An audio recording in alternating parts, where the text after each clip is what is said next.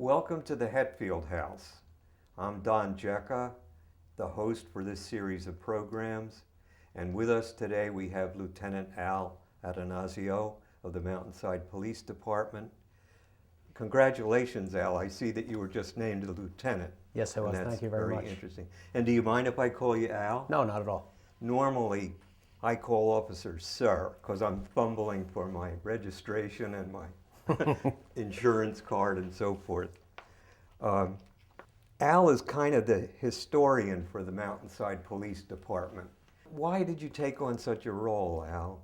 Well, when I started in law enforcement 25 years ago, I actually started collecting police department patches and badges from various agencies. And when our department's, or when the town's 100th anniversary came up, I started putting together as much as I can find from Mountainside. Well, that's really wonderful, and you should be congratulated for doing that too. I know it's a chore. When was the Mountainside Police Department formed? The first full-time paid department was formed on June 5th, 1934.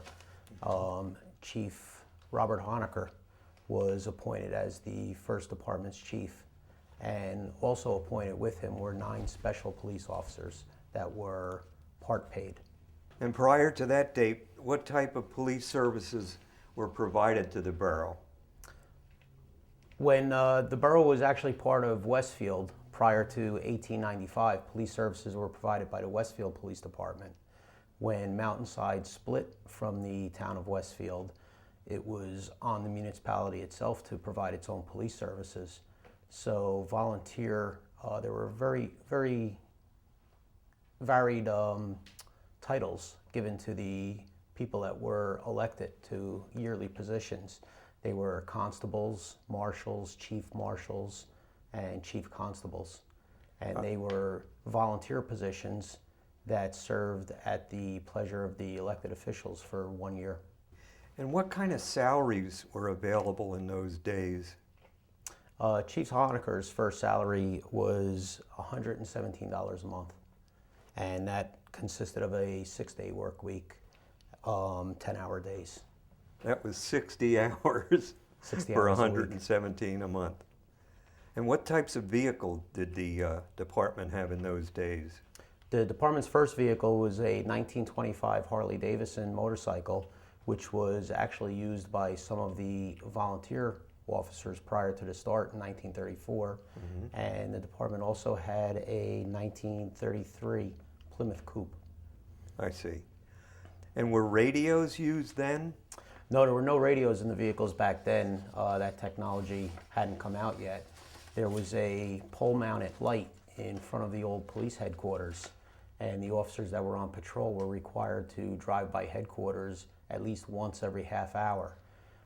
If there was a desk officer in the building and a call was received for the officer that was on duty, it would flash on that light. He would turn the light on, so the officer coming down the highway would see that the light was on, get out of his patrol car, walk into police headquarters, find out what the call was, and then respond to it. And wasn't that like shared with Scotch Plains or another community? If we didn't have a desk officer working, they were able to flip a switch at police headquarters, and any phone calls being made to our headquarters would route to the Scotch Plains Police Department, and they also had the ability to turn our light on. Then in that case, the officer, when he walked into police headquarters, would have to call Scotch Plains to find out what the call was and then respond to that call.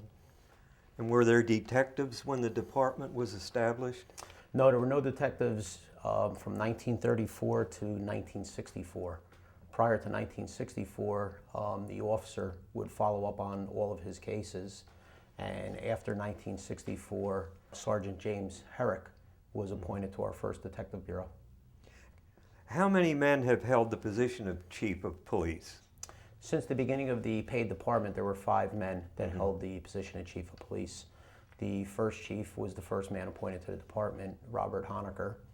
After he retired, Christian Fritz was appointed as chief of police. Then after Christian Fritz retired, Chief Robert Mullen was appointed. After Robert Mullen was William Alder, and currently heading the department is James Debbie. Right. And where was the first police headquarters located? The first headquarters was located inside the Borough Hall building, which is now known as the Gene Lord Insurance Building. The first floor right-hand side of the building, which was originally a firehouse when the department was started in '34, was converted to a police department. The firehouse was then moved to a building in the back of that, which housed both the ambulance and the fire department.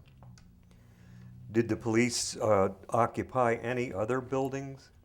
Yes, after they moved Borough Hall to the Echo Brook School, where a portion of that building was set aside as a second police headquarters.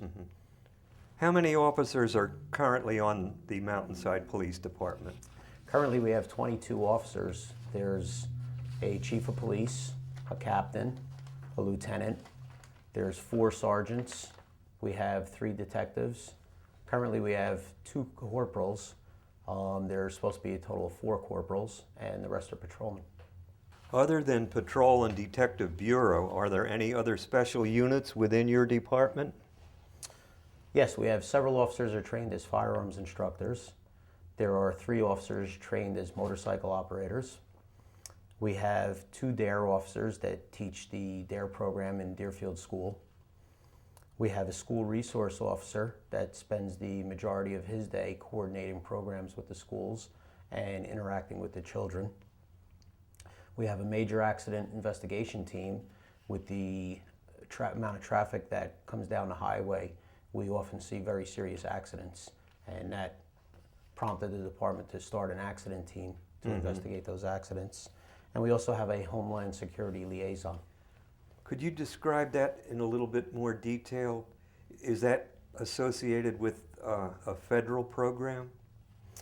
Yes, they receive alerts through Homeland Security to the municipal, state, and county departments, and they disseminate any information that needs to be disseminated to our officers in relation to anything that could involve Homeland Security. So you're all pretty much linked then Yes. together.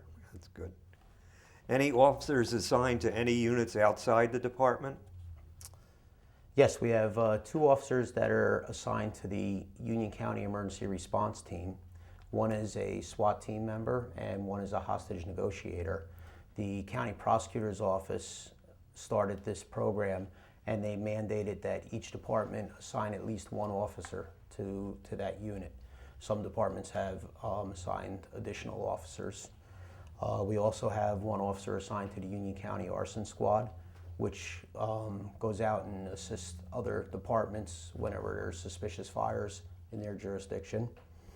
We have had several officers assigned to the Union Essex County Auto Theft Task Force, which patrols both Union and Essex County, trying to combat the stolen car problem in the area.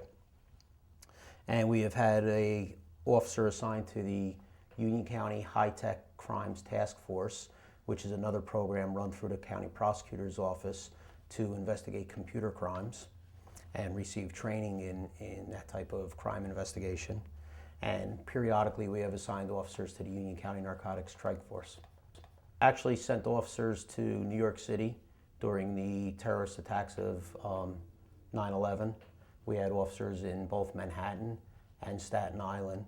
At Staten Island, they were doing evidence searches at the Fresh Kills landfill, where all of the evidence from Manhattan was being brought. Our motorcycle officers assisted in the escort of President Bush when he visited the Westfield Armory. And we also had Officer Amberg, who was assigned to the Union County USERT team, assisted with the recovery at Katrina in New Orleans. Oh, I see. He went down there. Yes, he went with his unit of officers from the USERT team. Yeah.